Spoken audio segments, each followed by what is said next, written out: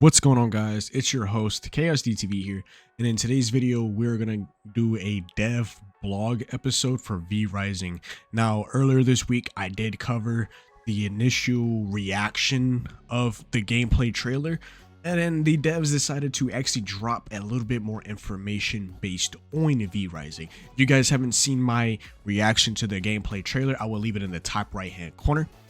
And without further ado, let's definitely jump into the September 22nd dev update, which we actually have a lot of information for you guys. I have it all right here. Of course, we're not about to read the entire thing. I will just basically get a quick sum up of everything. So the first things first, we have the build, or the Dark Foundations. They say in many survival games, players find themselves waking up in a hostile world with little to their name but the clothes on their back. Basically giving a quick sum of what initially is happening at the beginning of the game. Unlike in those games, we are the predator, though we can certainly make do with tooth and claw. The hunger for a greater hunt will inevitably drive vampires towards greater prey than the skeletons and ghouls of their starting crypts. That will require the most powerful weapons, sturdiest protection, and a place to keep all that well-earned loot. For that, crafting begins. So crafting work in V Rising. To get started, players will need to discover recipes and gather the necessary materials to make use of them. I do want to point out, I actually love the direction that they're going with this. Most of the times when we're playing survival based RPG games, we're kind of the prey in that aspect of like, oh, the world is dangerous around us. But no, this time we're on top. We're the strong ones. We're that predator hunting our prey and building up what are we established as our castles. They did say one thing that they actively have been considering during development are the pain points we felt in the survival games we have enjoyed. How can we make a more pleasant and seamless experience for our players when it comes to crafting in relation to their allies? Often when joining a survival game, there's a disparity between the new player and their more experienced friends. There's a period of quote-unquote catch-up time where they're trying to progress so they can experience the game with the people they joined to play with. For that exact reason, we've made it possible for your allies to learn recipes you've already researched through your crafting stations, allowing them to quickly get to a point where they can join in on the hunt. Now, that explains a lot, and it definitely shows that the devs have all played survival games. Like, we have survival games like Conan Exiles, we got The Forest, the list goes on. A lot of these games, or even seven Days to Die, a lot of these games are really harsh to the player. Like, it's really difficult. And especially when it comes to like when your friends join in and if they've been playing more time. So they're definitely making it like a seamless adventure for players when it comes to the building and crafting aspect of it. Now, when it comes to the exact foundations or the castles, the vampires' progression in the base of their power. Castles can be raised almost anywhere in the world, bearing unique points of interest. The vampire strongholds that we keep crafting stations, supplies, and your precious spawn point, the coffin. A home safe from the daylight where narc crawlers can work and rest between their excursions to hunt rare blood types, gather materials, or lead expeditions to loot other players' territories. Now, that actually brings in a lot of information there. I'm pretty sure there will be a PvP aspect of it. Like, I believe we will share like the same game world or different servers, similar to the game of like Rust. So I definitely want to see where they will take it in, but we still got 2 more seconds to talk about. So we'll get to that in a second. They also said that there may be a point in time where an experienced vampire might feel the need to have multiple strongholds scattered across the world to suit their expanding needs and those of their kin. So it definitely will be a lot of player versus player, stronghold versus stronghold. Definitely I can see similar to like the games like New World, where it's like we attack their fort, they attack ours. So that's definitely neat information. So the next session we want to talk about is Hunt or Stalk the Night. The world of V Rising is a persistent and lasting one. We expect players to spend a good deal of time bringing their vampiric dreams to fruition, and achieve not only the goals that we set out, but the goals you set for yourselves. For that exact reason, we picture the world of V Rising as a lasting one that will remain active for long periods. It has been a fun and exciting challenge for us to build an open world, one that we believe requires a consistently interesting and exciting experience to maintain over time. So per minute to minute, hour by hour, day to day, what will players be doing to spend that time, and what's in a way that's fun and meaningful that delivers the vampire experience. They said their goal is to create a rich world filled with wonders to engage. Enemies will come in forms as simple as villagers who can barely defend themselves to boss monsters power enough to push the limits of your capabilities.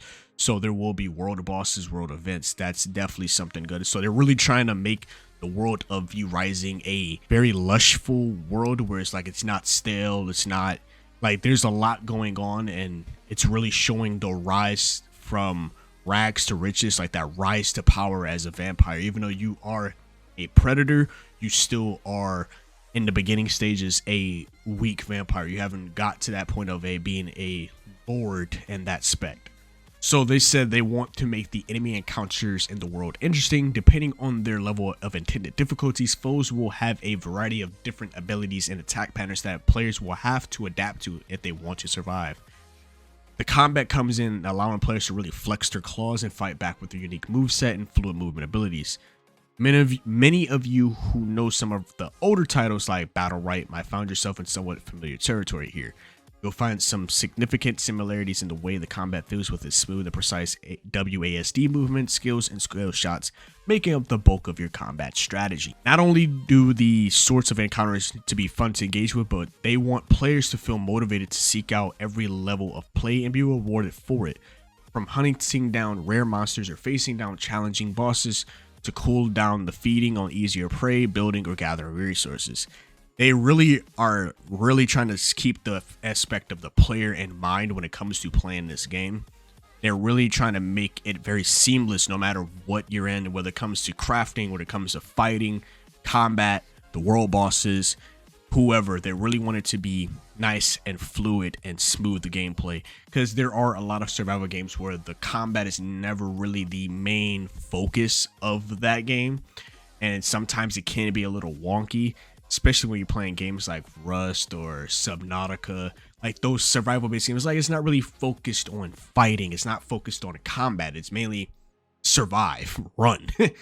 So V Rising is both a power fantasy and a journey with a final destination. Our goal is to let you create private servers for your solo or co-op adventures. While playing on public servers, you will likely end up running into players you didn't wholly intend to, which adds an interesting layer of gameplay.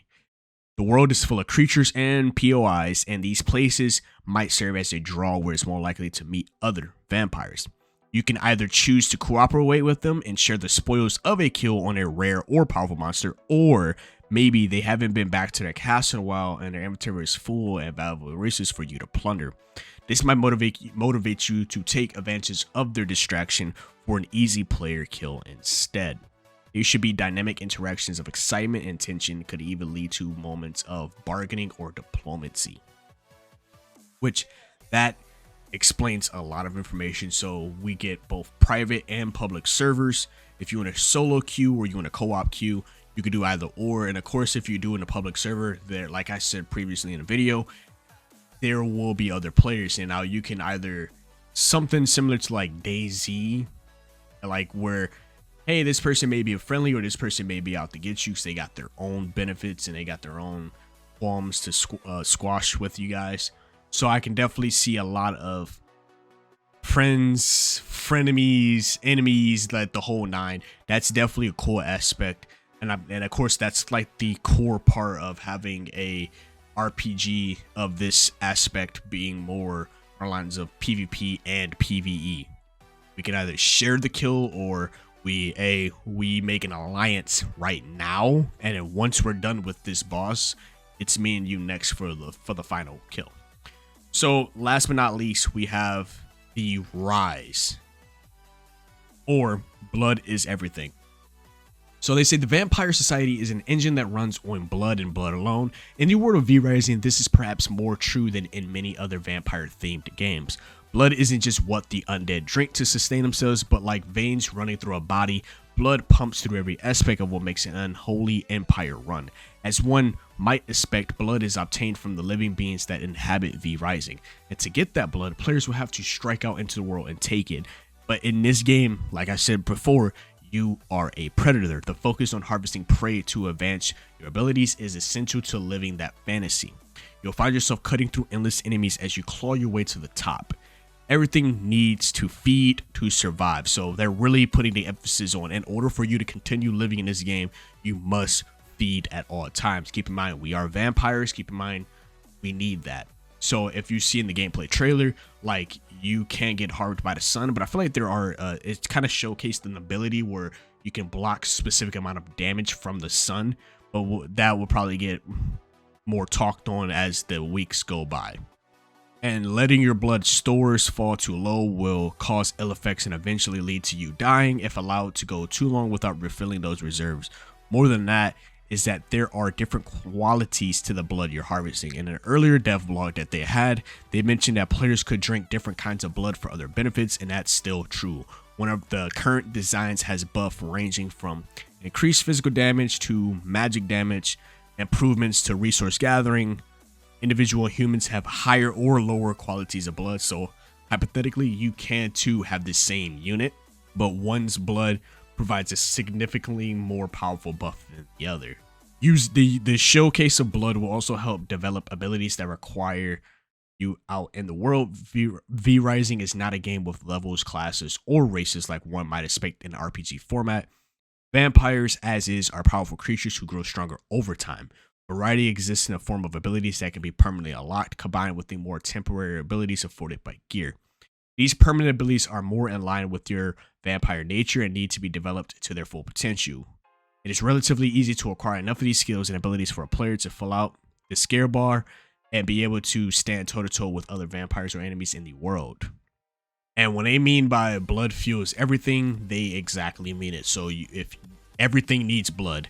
And Vampire's castle is built on a foundation of blood magic, and the most recent design of the castle has what they're calling Bloodwell, the living, beating heart of your territory, acts as a point to feed blood into, reinforcing the castle's structure and preventing it from falling into disrepair. While the blood was adequately fed and maintained, your crafting stations will not only operate more effectively, but the castle defenses will be significantly more challenging to assail from the outside. Its walls will be more difficult to harm and even regenerate their structure at a rate that makes it almost impossible to break in with claws or simple weapons alone. As you maintain the blood well, breaking in will be nearly impossible without an impressive coordinated effort and significant dedicated resources. And last but not least, the castle can be assaulted by default. They said they don't intend for it to be outright taken or particularly easy to tear down in its entirety, though they would like to include it as a possible server setting option. This is part of what will make it necessary to constantly feed the blood well, something that will grow more difficult to do as you expand the size of your castle, and harder still with multiple locations.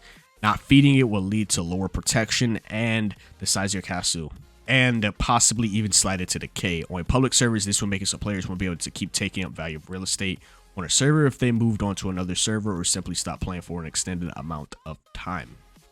They definitely said this is the beginning. Everybody enjoyed the deeper dive into the world of mechanics of V Rising, and maybe if you got a little bit of better idea how the game will feel to play when you finally get your hands on it. We're all really looking forward to it and can't wait to bring more news about the closed beta that they'll be announcing later this year. So definitely on the lookout for that.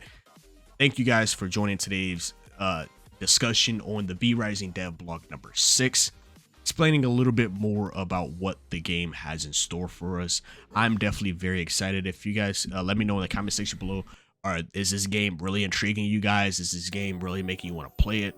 I definitely will be continue covering this game up until this closed beta. I hopefully will be able to, I will try my best to get into the closed beta so I can even show you guys exactly what's going on. Hopefully I could probably take over a couple castles, or at least beat a couple other vampires. Like I said, if you guys want to check out my initial reaction to the actual gameplay trailer, it will be in the top right hand corner. If you guys like any RPG content of anything, action RPGs, tactical, turn-based RPGs, JRPGs, the whole nine, and even MMOs, definitely subscribe to the channel. Definitely like the video and enjoyed it. If you have a friend that likes vampires, blood, survival RPGs, definitely like the video and share it to them so they can check it out, so they can be ready and in store for this brand new survival RPG that will be coming out. And as always, my outcast, it's been your host, ChaosDTV, signing out. Peace. I make a manifest. I don't sleep, that's so weak, don't plan to rest. I'm from a hood where you die if you don't pack a vest. No culinary degrees, but whipping crack the best. Chefing, hard times taught lessons. Praying every night to pull up in park Benzes. What's my home is what you call trenches. You wouldn't last a day seeing life through all lenses. It's all tension, no sun, and rain and plenty. Full-time job, still can never make a penny.